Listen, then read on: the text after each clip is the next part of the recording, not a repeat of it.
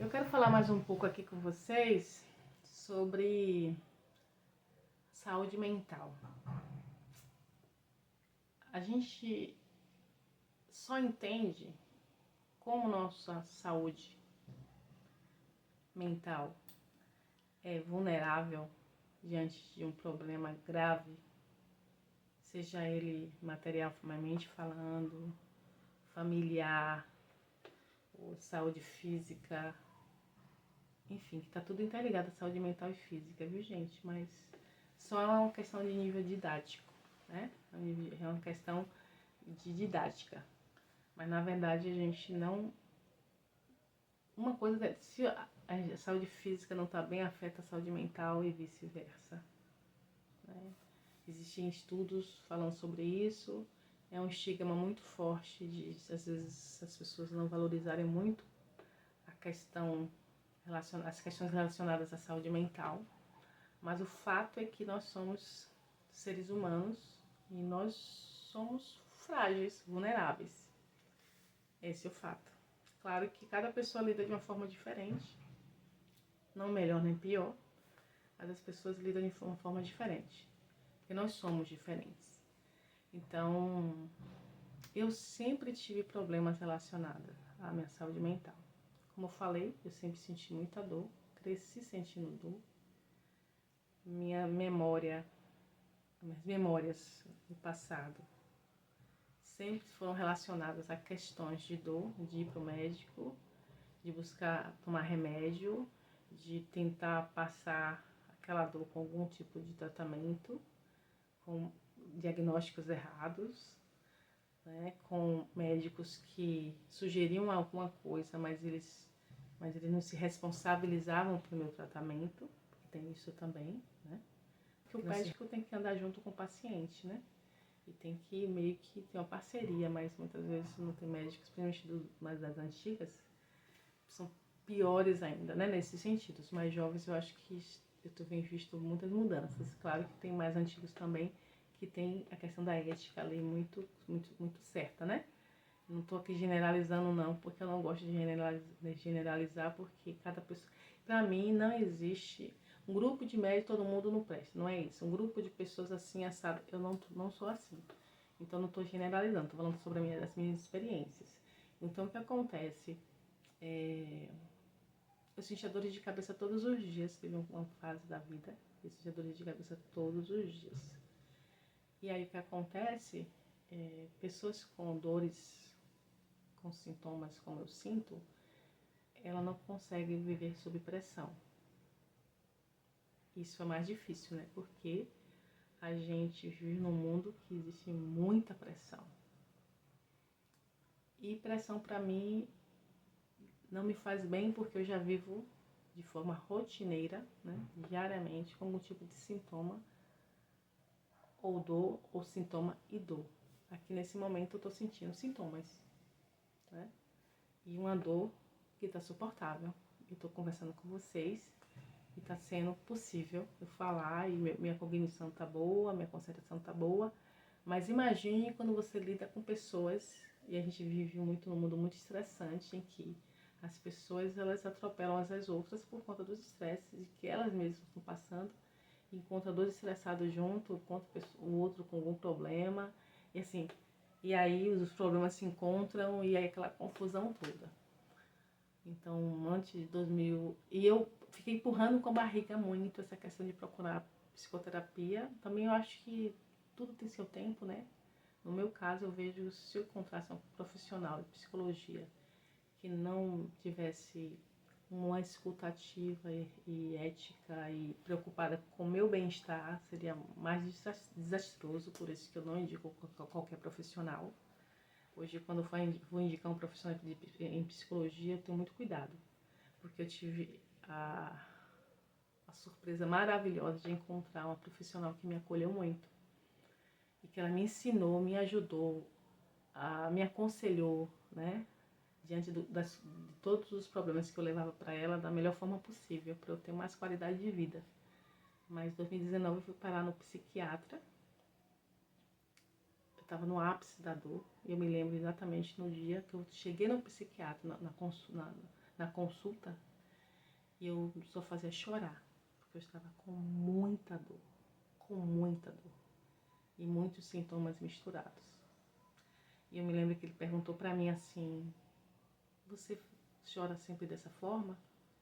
E eu chorava copiosamente. E aí não tinha jeito, eu sabia que eu iria ter que fazer um tratamento psiquiátrico com a base de remédios. E ele passou vários remédios lá e ele nem me disse exatamente o que eu tinha, porque quando a gente tá no desespero, eu entendi que ele não estava conseguindo entender minhas emoções naquele momento, né? Ele passou remédios, os antidepressivos, e depois eu liguei pra ele: doutor, pra que é que eu tô tomando esse remédio mesmo? Mas eu tinha lido a bula, né? E ele disse: aí é por causa da depressão, é por causa do transtorno de ansiedade, é por conta da fibromialgia, foi por tudo. E aí eu comecei a saga dos remédios, que não é algo fácil, porque a gente não gosta de remédios, né? Ao mesmo tempo a gente gosta, porque brasileiro se automedica muito fácil. Mas alguns remédios a gente tem um pé atrás, né? Principalmente quando fala de ansiolíticos, antidepressivos ou algo assim. Apesar de que essas nomenclaturas eu aprendi na faculdade não são corretas, né? A gente chama de antidepressivos, mas na verdade não são antidepressivos. Tem um nome do remédio específico, não é que tem remédio antidepressivo é para depressão. Na verdade, tem remédios que levam esse nome no senso comum, mas não é exatamente para depressão. Mas enfim, vamos usar aqui o senso comum, né? E aí eu comecei a saga das dosagens do remédio, né? Que a gente começa nos primeiros 4 meses, o médico começa a perceber o que nosso corpo aceita do medicamento, né? Foi difícil porque eu tenho uma hipersensibilidade. Também, aliás, eu tenho hipersensibilidade a várias coisas, né? E essa questão dos medicamentos piorou ainda, porque eu não posso tomar dosagens muito altas. Eu nunca pude tomar dosagens muito altas, mas ele começou com a dosagem alta por conta da situação que eu estava vivendo e, sinceramente, me ajudou muito. Me ajudou muito porque eu tive lucidez para tomar decisões, para buscar ajuda, para me cuidar e, inclusive, ter mais um autocuidado comigo mesmo, né? Porque às vezes a gente não se cuida, né? A gente está no meio do poço lá, no fundo do poço, e a gente não se cuida. A gente faz coisas que se prejudica mais ainda.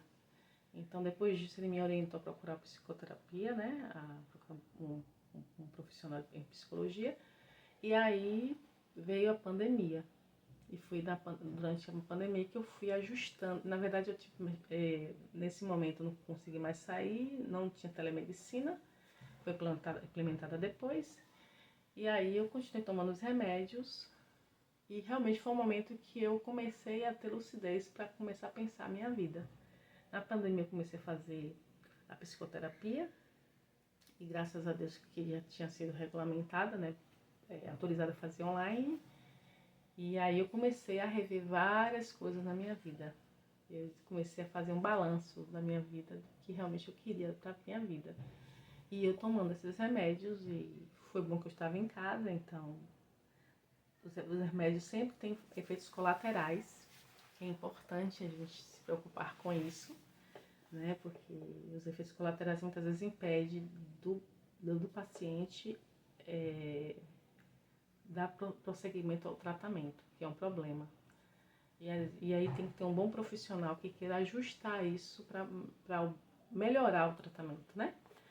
Do paciente, né? Porque às vezes o remédio realmente não está ajudando na dosagem que está sendo ministrada, né? E aí eu tive que aprender, e aprendendo isso, né? E lidar com os efeitos colaterais. E ao mesmo tempo eu via os benefícios, né?